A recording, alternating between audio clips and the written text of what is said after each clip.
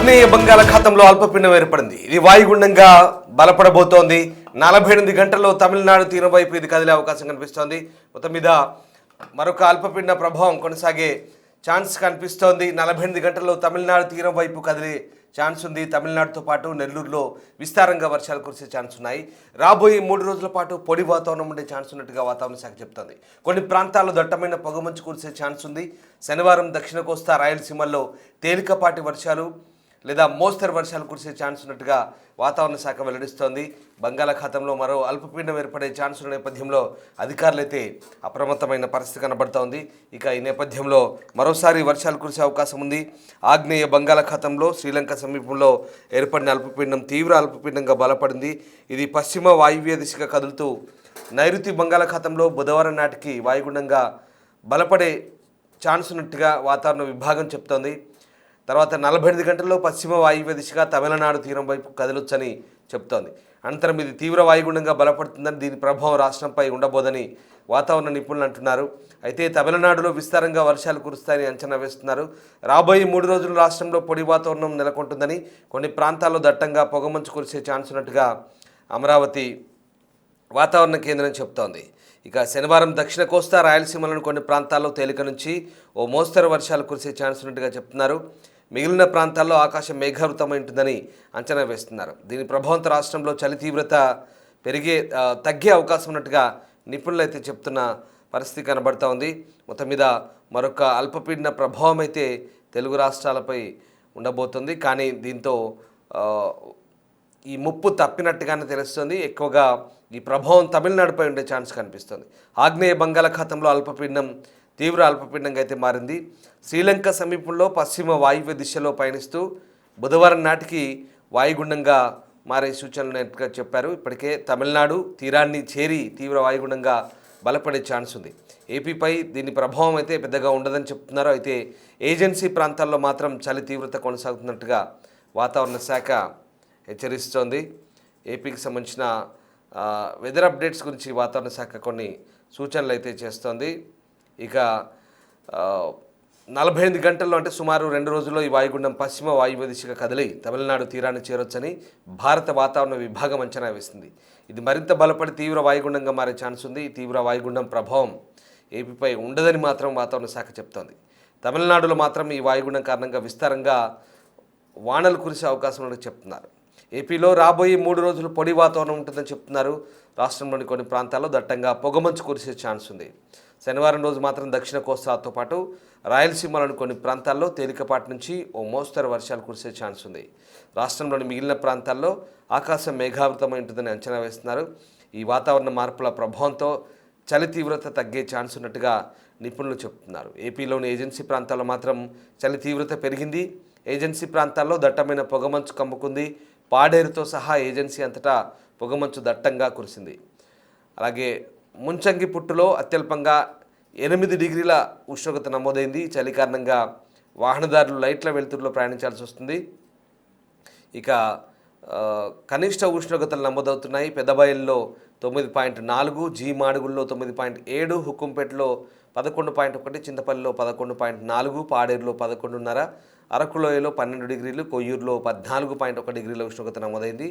డుబ్రిగుండలో చలి తీవ్రత ఎక్కువగా ఉంది. నెలాఖరు వరకు చలి తీవ్రత కొనసాగబోతుందని భావిస్తున్నారు. అయితే తుఫాను ప్రభావంతో ఇటు ఏపీ ఏజెన్సీ ప్రాంతాల్లో మాత్రం చలి తీవ్రత కొనసాగే అవకాశం ఉంది. మిగిలిన తెలంగాణ అలాగే రిమైనింగ్ ఆఫ్ ఏపీ చలి తీవ్రత తగ్గే ఛాన్స్ ఉంది. ఈ తుఫాను కొనసాగే 4 రోజుల పాటు అంటే ఆదివారం వరకు కూడా చలి తీవ్రత తగ్గే ఛాన్స్ ఉన్నట్టుగా చెప్తున్నారు.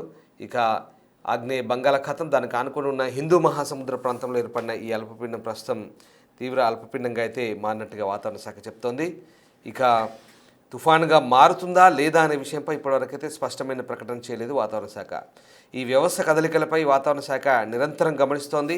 వాయుగుండంగా మారిన తర్వాత దీని ప్రభావం దక్షిణ భారత రాష్ట్రాలపై పడే ఛాన్స్ ఉన్నట్టుగా అంచనా వేస్తున్నారు. ముఖ్యంగా తమిళనాడు అలాగే కేరళతో పాటు ఏపీలోని కొన్ని ప్రాంతాల్లో వర్షాలు కురిసే ఛాన్స్ ఉంది.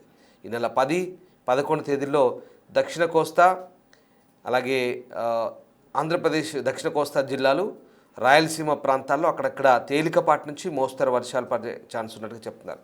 ప్రస్తుతం అయితే సముద్రంలోకి వెళ్ళే మత్స్యకారులు అప్రమత్తంగా ఉండాలని అయితే అలర్ట్స్ ఉన్నాయి. సముద్రం అలజడిగా ఉండే ఛాన్స్ ఉండడంతో తీర ప్రాంత ప్రజలు కూడా జాగ్రత్తగా ఉండమని హెచ్చరిస్తున్నారు. వాయుగుండం ఏ దిశగా కదులుతుందన్న దానిపై ఆధారపడి వర్షాలు పడే ఛాన్స్ ఉంది. అయితే రాబోయే రోజుల్లో ఈ వ్యవస్థ మరింత బలపడితే తుఫానుగా మారే పరిస్థితి ఉందా అనే అంశంపై అయితే ఇంకా క్లారిటీ లేదు. వాతావరణ శాఖ నుంచి వచ్చే తాజా అప్డేట్స్ని అయితే ప్రజలు గమనిస్తూ ఉండాలని సూచిస్తున్నారు. మొత్తం మీద ఒక అల్పపీడన ప్రభావం అయితే మళ్ళీ ఏపీ వ్యాప్తంగా కొనసాగే ఛాన్స్ ఉన్నట్టుగా కనబడుతోంది. దీని ప్రభావంతో కొన్ని చోట్ల లైట్ టు మోడరేట్ రైన్స్ అంటే నార్మల్గా లేదా ఒక మోస్తరు వర్షాలు కురిసే అవకాశం ఉన్నట్టుగానైతే ఛాన్స్ ఉంది. కానీ పెద్దగా దీని ప్రభావం ఏపీపై అలాగే తెలంగాణపై ఎట్టి పరిస్థితుల్లో ఉండదని చెప్తున్నారు. కానీ చలి తీవ్రత అయితే ఖచ్చితంగా తగ్గే ఛాన్స్ ఉంది. దీని ప్రభావం అయితే ఎక్కువగా తమిళనాడుపై ఉండే ఛాన్స్ ఉన్నట్టుగా చెప్తున్నారు, అలాగే కేరళ.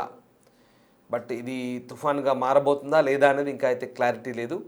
హిందూ మహాసముద్రంలో ఏర్పడిన అల్పపీడనం వచ్చే 2-3 రోజుల్లో అయితే వాయుగుండంగా మారి దీని ప్రభావం చూపించే అవకాశం ఉంది. అమరావతి వాతావరణ కేంద్రం ప్రకారం ప్రస్తుతం ఇది భూమధ్యరేఖ హిందూ మహాసముద్రంలో ఉన్నటువంటి తీవ్ర అల్పపీడన ప్రాంతం కొనసాగుతోంది. అనుబంధ ఉపరితల ఆవర్తనం అయితే సముద్ర మట్టానికి 5.5 కిలోమీటర్ల ఎత్తులో విస్తరించింది. ఇది రాబోయే 24 గంటల్లో ఎటువైపు పయనిస్తుంది అనేది ఇంకా దాని దిశ ఎలా మార్చుకోబోతుంది, తుఫానుగా మారుతుందా లేదా నార్మల్గానే ఇది బలహీనపడుతుందని చూడాల్సింది.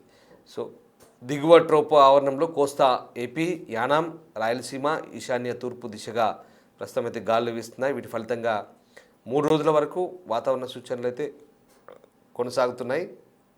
ముఖ్యంగా బుధవారం, గురువారం పొడి వాతావరణం అయితే ఏర్పడే ఛాన్స్ ఉంది. దట్టమైన పొగమంచు 2 చోట్ల కురిసే అవకాశం ఉంది. రాగల 5 రోజుల్లో కోస్తా ఆంధ్ర, యానాం, రాయలసీమలో చాలా తక్కువ ఉష్ణోగ్రతలు నమోదయ్యే అవకాశం ఉంది చెప్తున్నారు. ఇక తెలంగాణలో అయితే 3 రోజుల వరకు కింది స్థాయి గాలు ప్రధానంగా తూర్పు ఈశాన్య దిశ నుంచి వీస్తున్నాయి. దీని ప్రభావంతో ఉష్ణోగ్రతలు తక్కువగానే నమోదయ్యే ఛాన్స్ ఉంది. అలాగే బుధ, గురు వారాల్లో పొడి వాతావరణం అయితే ఏర్పడే ఛాన్స్ ఉంది.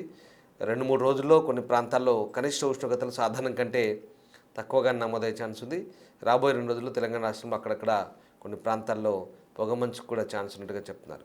సో మొత్తం మీద అయితే ఈ అల్పపీడన ప్రభావం పెద్దగా తెలుగు రాష్ట్రాలపై ఉండదనే విషయం అయితే స్పష్టమవుతుంది. బట్ ఇది ఎక్కువగా తమిళనాడు వైపే దీని ప్రభావం ఉండే ఛాన్స్ ఉన్నట్టుగా చెప్తున్నారు. తమిళనాడులోనే దీని ప్రభావంతో విస్తారంగా వర్షాలు కురుస్తాయని అంచనా వేస్తున్నారు.